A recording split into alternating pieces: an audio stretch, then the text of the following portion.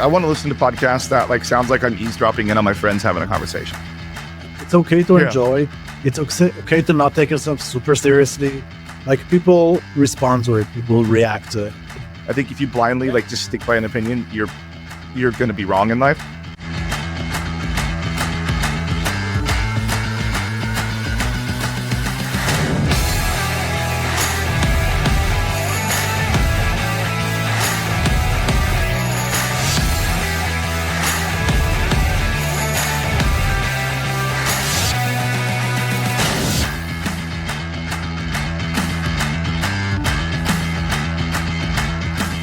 What's up, man? I wanted to have you back because this is going to be kind of a special episode. It's the 3-year anniversary of the podcast. That is exciting, Jordan. I feel it's appropriate to share that milestone with another person who does this, and then just talk about some of the stuff that has changed on the show. So, what do you think? I'm excited to be here, and I am another person who does this, but I'm also a guest, and I think one of your most viewed episodes of all time. Yeah, you have the most views of all time. It's like about 42,000 across all channels on that particular episode. I'm very fortunate that most of my episodes do over 30,000 now. That's mainly on YouTube, and that's one of the things that's really changed is during the first 2 years, almost, maybe even the first year and a half, I neglected YouTube. I just didn't think anybody cared about podcasts on there. And that's my biggest outlet now. That's by far where the most views come. I crossed 10,000 subscribers this morning. That's really insane. Like, I think it's really crazy because when you and I recorded, we were at 5. Like 4 or 5. Yeah. It's coming in a pretty good clip right now. Like, yeah, I don't know what happened with that. I don't know why, but all I know is this is the last time I'm doing this for free. Next time I'm charging you. Yeah, that's what I'm normally hearing. I charge the guests. But that's one thing too. Is like the YouTube thing has been crazy. Apple, I switched to video. So in 2024, I switched to video, and I didn't really know what I was doing. I didn't realize how much harder that was. Because like I could usually crank these things out on the audio in an hour max. Yeah. And then when I started doing video, one of the things that's really cool that people don't think about when you do audio only is you can cut like segments, just chop them out, and nobody knows. Nobody knows that you cut something there. But when you do it on video, you'll have a jump cut or some sort of artifact in there that says that you cut a piece of content. So how do you get around that? Because I hate when YouTube videos jump cut. I think it's so ridiculous. I don't know why we've... It depends how it's done, but yeah. I just don't know how we've come to a world where we just accept like a dude like basically like all over the screen every couple of seconds, But I understand why, because I understand why when I read ads, it's really hard to memorize a piece of ad content without sounding like a robot. And when especially with the way cameras are, like these 4K cameras are today, if you're reading, you can see your eyes moving. Yeah, you can tell you're reading. Like, especially like older like newscasters, I can see them doing it like real easily these days because I know what to look for. But it's hard. So like usually you can only get 1 or 2 sentences out before you have to like either look down at your script or change something, and that is why they do the jump cuts, because they used to like basically sentence by sentence by sentence to get it out. Or they just ramble. But for me, I try to memorize the first 2 to 3 sentences of my ads and the last 2. Because what I do is I cover the rest while I'm reading off the actual script with a scroll or something of like their website or their dashboard, whatever it may be. That way you can't see that I'm like, but the rest of it for like a regular episode, now what I do is... when I cut the seam, I switch to the other person, even if they're doing nothing, even if they're just sitting there. I switch to the other person, and then I switch back because it covers that seam, because they have the same cut on their side too, because these are concurrent. And then you can't tell I cut easy peasy, super easy. Yeah. I will say though, like the quick cuts you're referring to, I mean, if it's like like yours, like 30, 50 minutes conversation, it doesn't look bad. In a 5-minute episode, like my early episode, I did a lot of these, and I feel like it almost kind of drives like it drives certain energy that can be cool. Again, for like the shorter informational videos, I think pretty cool. Yeah, and I think you're right on that. Because I totally think that works because, like TikToks and stuff, we're used to those jumping, and that's just what it's expected because you only have a limited amount of time. And I think that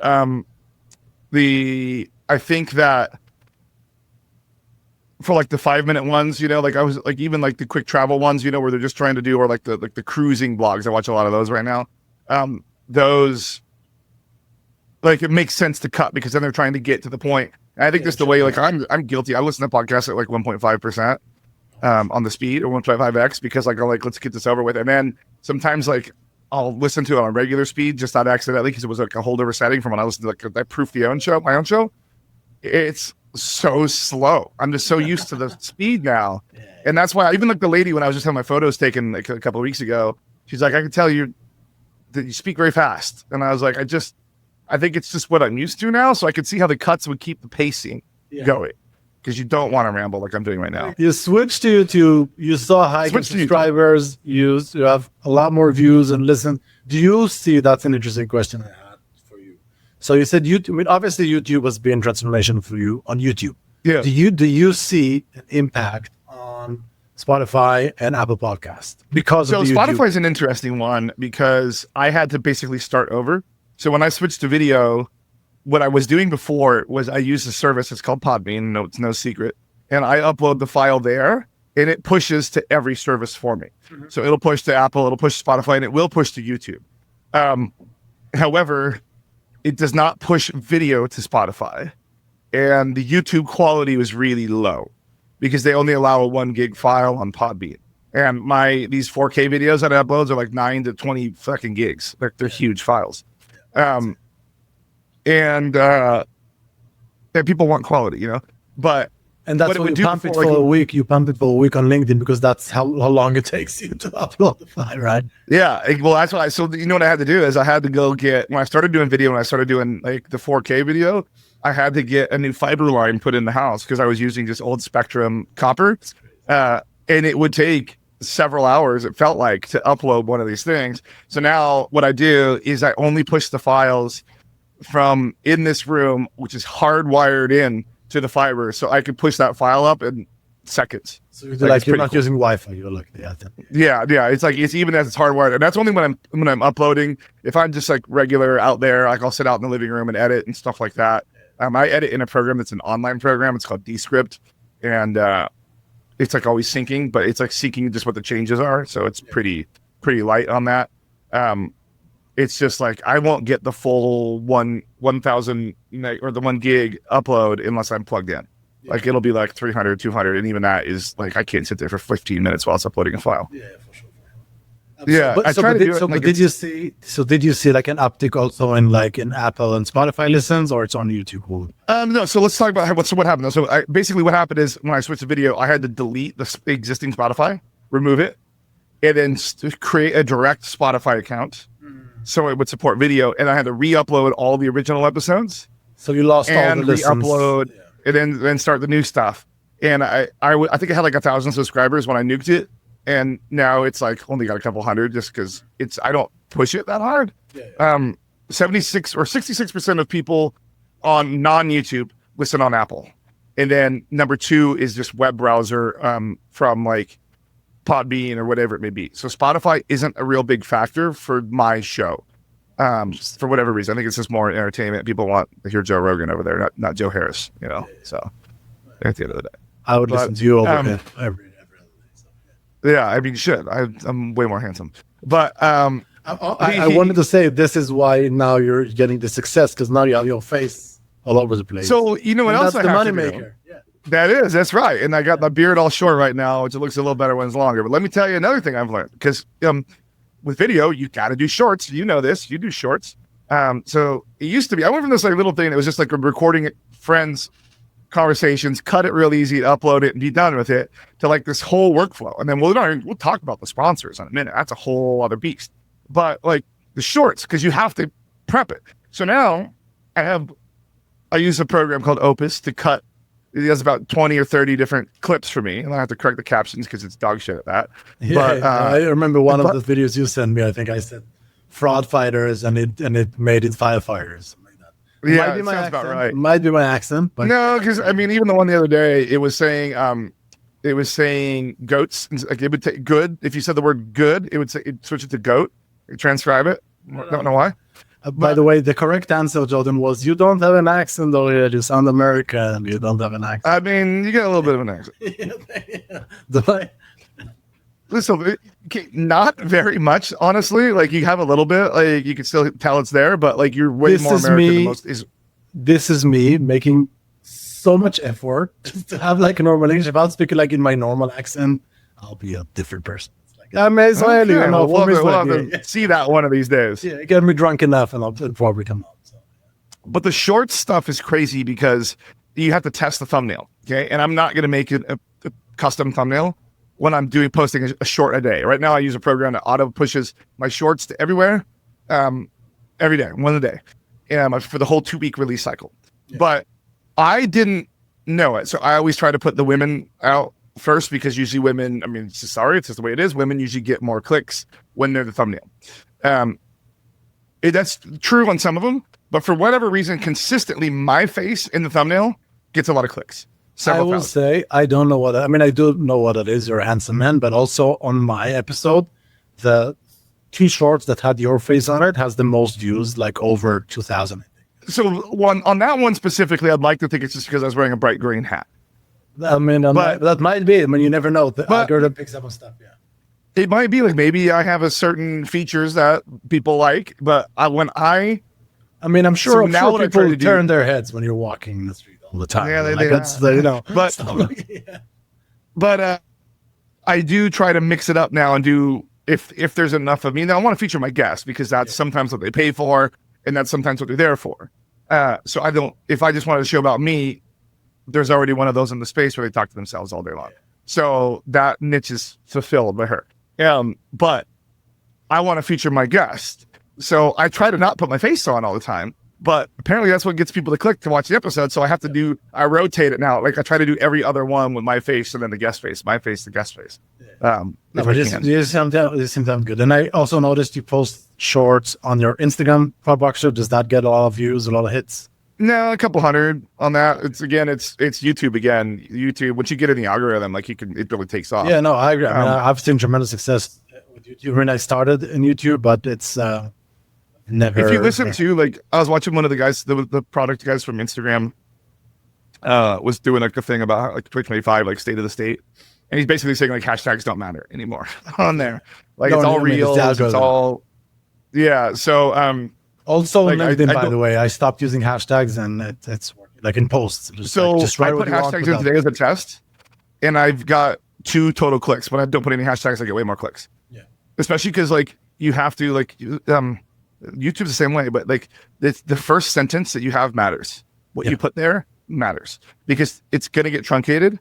So you have 96 characters to get your message across to get people to click. Now, when you have a sponsor, you want to put the sponsor message there. It's just nature of the game. But if it's a non-sponsored episode or a featured episode where the guest, there is no overall arching sponsor, the company paid to be featured on the episode, that I will put that tie like a quote or something from them in the 6 characters. Hey everybody, I want to take a minute to jump in here and talk about this week's sponsor, Disputed. As a merchant myself, I'm always on the lookout for someone that understands my exact pain when it comes to disputes. Disputes are hard, disputes are tricky, and you got to know what to do. Well, with Disputed, they're former merchants themselves, so they actually know what to do. They analyze the root cause of each chargeback, they evaluate whether or not to actually fight it, and if they do, what the win probability is going to be. They create optimized responses finely tuned to each and every case, and they also continuously learn from their responses through feedback loops in real time. Disputed was built with enterprise in mind from day one and built to scale. So if you want to learn about a more intelligent way to fight disputes, please reach out to them at www.disputed.ai and thank them for their sponsorship here today. Now let's get back to the episode. So this is the last episode of season 3? No, the I do seasons are, it's season 4, by the way. But I do seasons January to December. So basically season 1 was only 6 months because it was July 1st to December 31st of 2022. And then Season 2 was 23. Season 3 was 24. This is 3 years and not 3 seasons. 3 years. Yeah, this is 3 full years. This is like July 1st is the official anniversary. Alexander Hall was my first guest. Oh yeah, nice. I mean, he was not first. It was my first. I did a live session with him at MRC that I heard as an episode, so he considered it was my first guest. How many episodes did you record in total, including videos? I have recorded 79 total episodes. Only 2 of them have ever been scrapped ever. So I guess I've recorded 81, but 79. But 2 episodes have been scrapped, usually for extended delays in approvals that result in the content being too stale. Like we did like Jacqueline and I did a Payment Square episode where we talked about stable coins when, remember, there was all the hotness like a couple weeks ago, like a month ago. We talked about stable coins. We talked about what was going on with the updates to that stablecoin bill that was going through the thing where they were trying to do the credit card consumer processing, or the CCPA consumer credit processing thing where they could have multiple networks. They had to have multiple networks on it. We were talking about that and how that could be in the bill, and it's going to be passing probably any day now, but they stripped that all out. So all that content was no longer relevant. So I had to get scrapped. And then I recorded a big piece for one of the large credit card networks. And they chose not to move forward with that piece of content internally. It was supposed to originally be for internal use. They wanted to talk about what the subject was on that. I won't say what it was because I know that's there. They paid for it. They chose to like basically scrap their whole internal like day that they were going to do all of that content. So recorded it, and it was pretty strong content too. It was really cool. I'm sad that they did that, but I mean they're back for more. I'm doing another thing with them this week anyway. So. And other than my episode, which was your favorite to record? So I've had a couple of favorite episodes. Like the favorites are like, you know, every episode is my favorite episode. It's my show. And all my guests, I love all my guests. I love all my guests equally. There's a couple that stand out that are special to me. I think I think it was episode 3 or 4 that I recorded with a guy named Steve Ashton. Now he used to work for Certify. He was their head of like learning and development. He would make content for Certify, training videos, how-to videos, those sorts of things. Nice. Also would MC their like events like Halloween and Christmas things that they would do, like their webinars.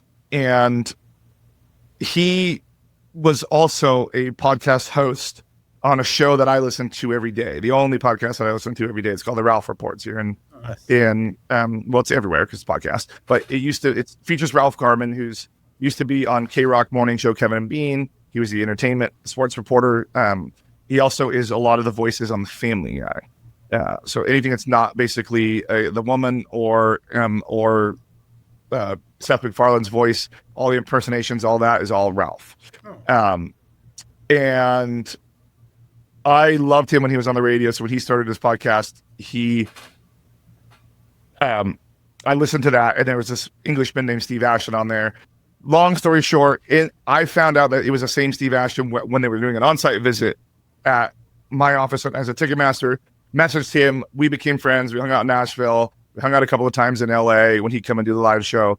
But I asked him to be on my show, and he already had a very large following. He used to be on QVC over there in England, and he agreed to come on my show. And it was when I didn't quite know what I was doing as far as like I would over prep.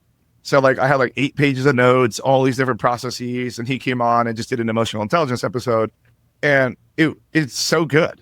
It was like me like punching above my weight on like what I knew what I was doing, and it's just one of my favorite pieces of content I've ever done, just because it's so meaningful and impactful. And Steve has since passed away. He died 2 years ago in August of 2023. Oh, I'm sorry. And of a sudden stroke. And so it's a special piece of content because, like, you know, he was so, especially after we cut the mics and everything, like got to talk to his daughters and stuff, you know, and like his compliments and like how I was doing at that time was like super validating to what I was trying to accomplish. And I just really like that episode. So that's one that matters a lot to me. And then I think that the very first sales episode that Cambria and I recorded kind of set a foundation for what the show was going to become. One of the things that, like, Brian Davis always tells me, like, is don't complain about something unless you offer a solution. So I try to come on, like, every time I bitch or complain on my show about something, I try to spin it with, this is what you should be doing. And I think that was the first real long flex, is when Cambria came on and we talked about that. Now, there's no video on the first one. Yep. And the only reason that episode exists, which is I did a similar episode on another show that host deleted that episode when she got mad at me. And that's fine, because the audio quality on that original recording was terrible. It was horrific. And now that I have my own lab where I can control those sorts of things, it's just a lot better quality, and it's a lot better content, especially with like the positive spins on that. So I really, really liked that episode. I really liked the reverse interview that Diana did with me again in that very first season, where she basically interviewed me about like who I am and where I came from. I think it kind of sets a foundation, as you can tell my tone of voice. I'm way different on how I speak. I'm speaking more in this tone of voice. And then I like. I mean, I had the same experience when I interviewed you for my episode, obviously. It's like I think it was when I'm interviewing like a solution provider, I have to be, oh wow, that's really cool. That's awesome. Can you tell me a little more about that?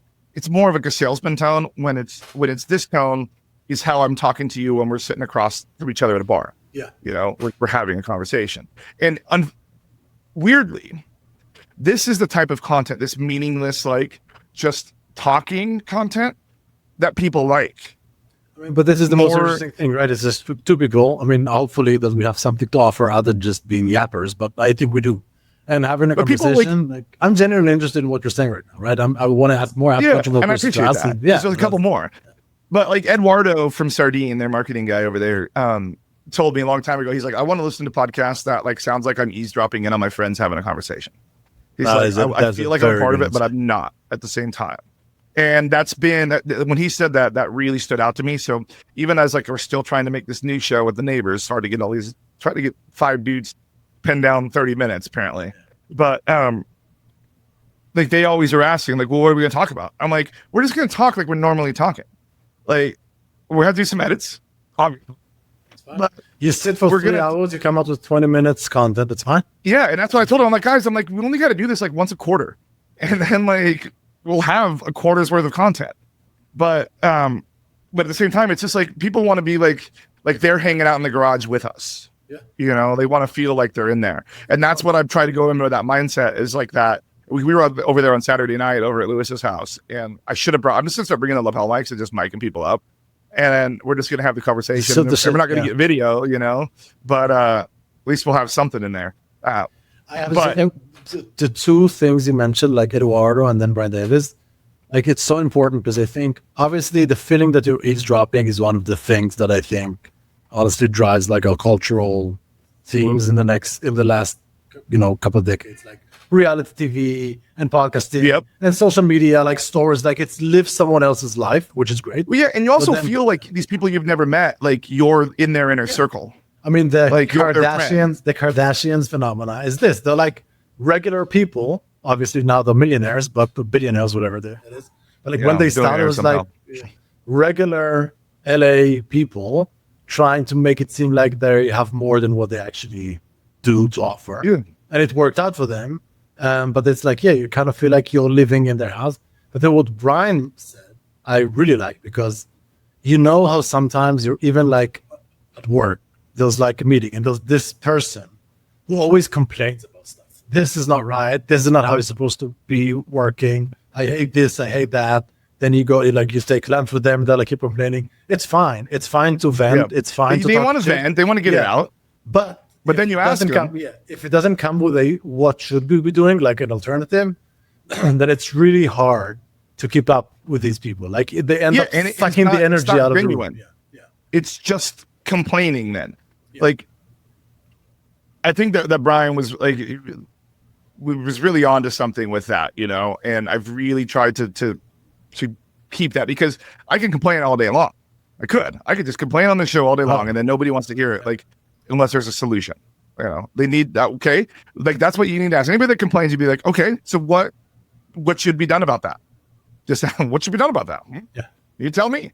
Like you solve it. Yeah, and then what I really like the first episode you did with Cambria about like the do's and don'ts, and then the second one as well, of course. And to me, first of all, I love hearing you and Cambria talk. You just vibe so good with each other. We have really good chemistry when we have these conversations. Yeah, and and I like her a lot, I like you a lot, so it's easy for me to feel, it's relatable to me, the conversation. But then also working for a vendor for so long, and obviously I believe in what we do, and I told you many times, cut me in half, you'll see further inside, like this is who I am, honestly. But seeing how it's being perceived on the other side, just like when someone is trying to sell you on something or to convince you to do something, like it was literally eye-opening for me to kind of understand how a merchant thinks, even. And I really like those episodes. I've used. Matt, I mean the first one, like I fixed the audio on it a little because I got a little better software. The first one is even better if you ask me. Like it has something. Yeah, way more. I think so too, because we were treading new territory, like completely like forging new waters on that. And this one, forging? How do you say that? Forging. You asking me? Who cares? The podcast, bro. It ain't a lecture. Yeah. But, I think it's forging. Yeah. All right. Well, we'll go with that. But it's on the update. Like, so I just fixed the audio on it, and then I re-uploaded it with a sponsorship attached to it. But the 2025 one is basically covering a lot of the same grounds, but I think it was cool to see how some of the things have changed, especially from Cambria's side. And I think that Cambria has a good way of explaining things to me that like I can change my opinion or say, well, that would make sense in this scenario, in this case.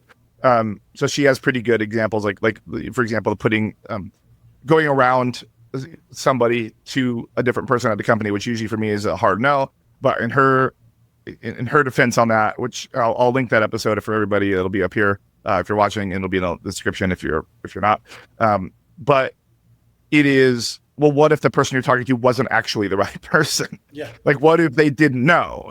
So like maybe we do need to go around because that might actually not be the right person. Yeah. So I understand where she's coming from in that context there, but if it was like she says the trouble that she has is a lot of times the person that she's thinking to or she's speaking to thinks they're a decision maker when they're not actually the actual decision maker, and that is more of a gatekeeping thing than they realize. So, yes, but I think that's a point for you, is that I know that you're open to changing your opinion. I've seen you do it a couple of times, and I think yes, it's Cambria, but it's also herself.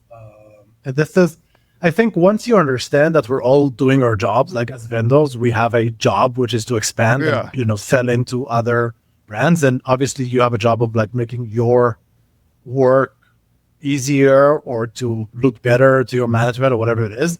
I think when there's alignment there, that's where real partnerships take place, and I think that's what really comes out of both of these episodes. Like here's how it's being done, like how the sausage is being made, and I just thought it was great. Thank you. Yeah, sure. Those are definitely like probably 2 and 3 of my like favorite episodes. I have to put Steve just because he's honorary Steve Ashton, is number 1 on there. Then you'll be number 4. Number 4. Well, I mean, look, you got to have Cambria 2 and 3, right? I thought you can put those episodes together, and then I can be. Oh, if you put them together, then you're number 3. Then how about that? You're on the podium. You're on the podium. Yeah.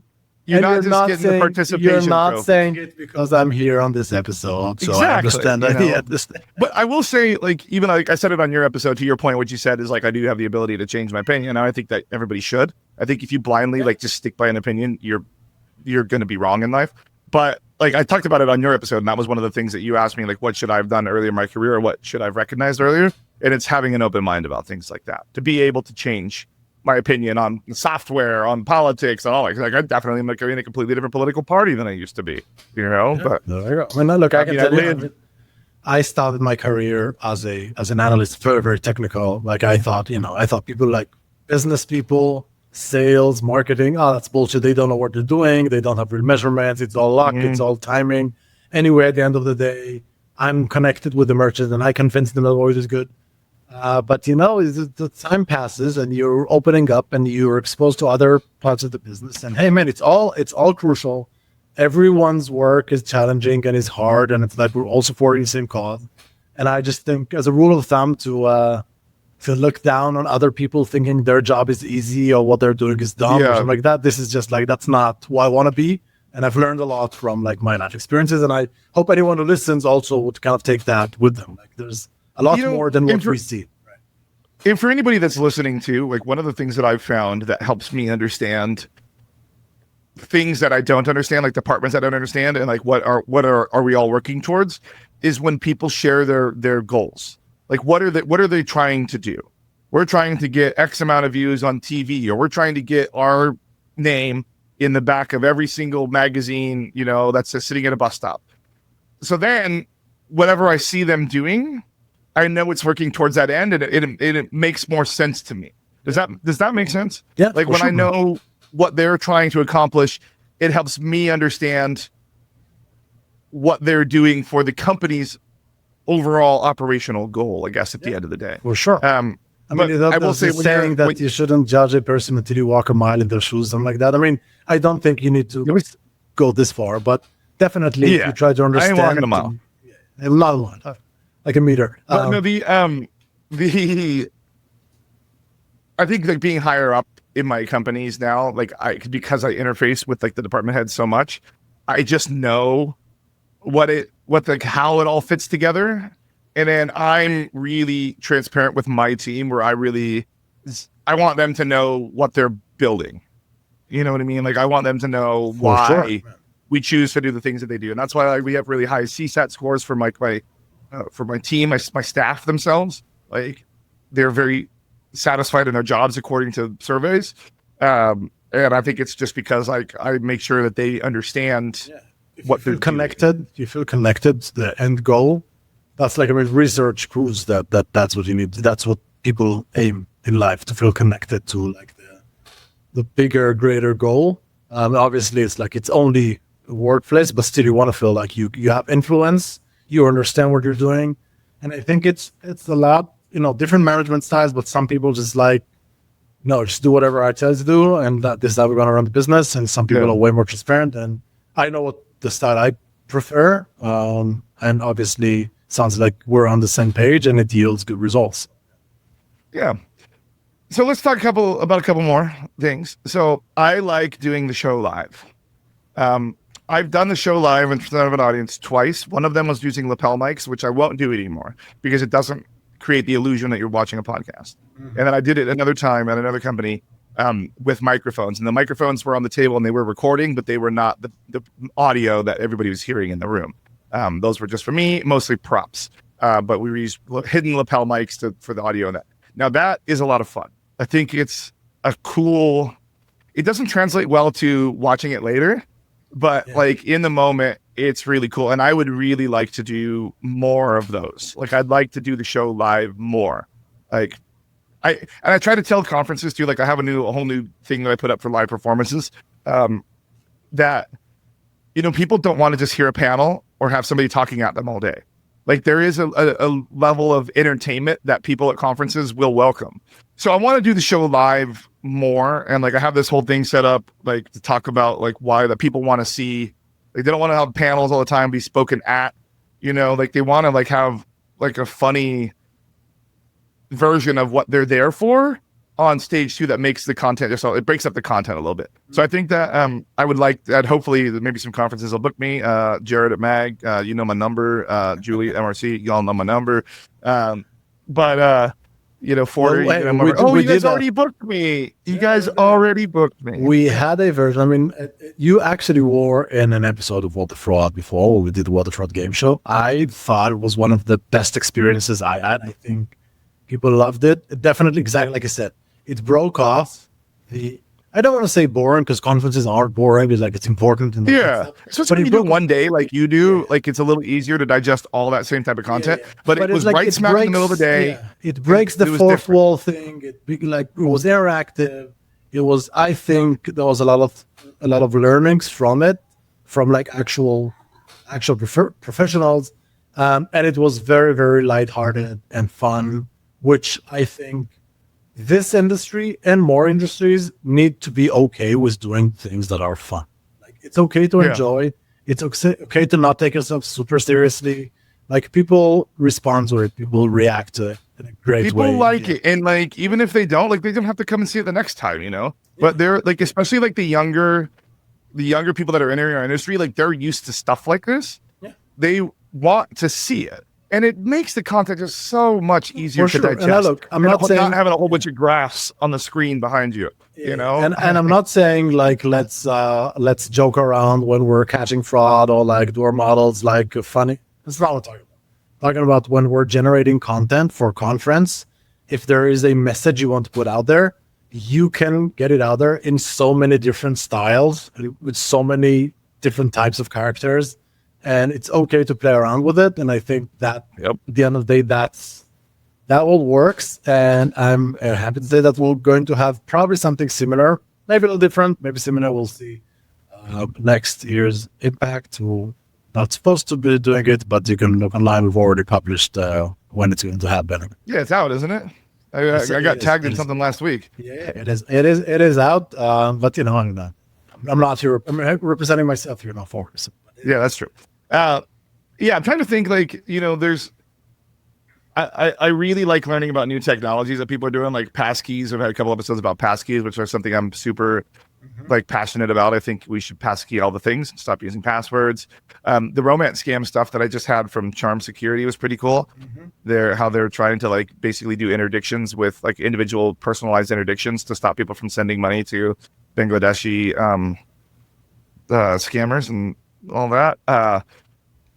Allegedly Bangladeshi, well, Myanmar and all those places. With when I'm listening to a podcast, listening or watching, right? There's like a couple of things that are important. First of all, you know, it needs to be, the quality needs to be good. It's look good. Sound needs to be good. Yeah, too many people think they can just record into their iPhone and put it out. It's going to be awesome. Sucks. There was a time where I thought about getting into like real estate investments, and there's so many podcasts about it, and I couldn't even finish like the first 10 minutes of like 10 different podcasts. Yeah. Just because like you immediately see that someone has mild success and says, I'll record a podcast. Yeah.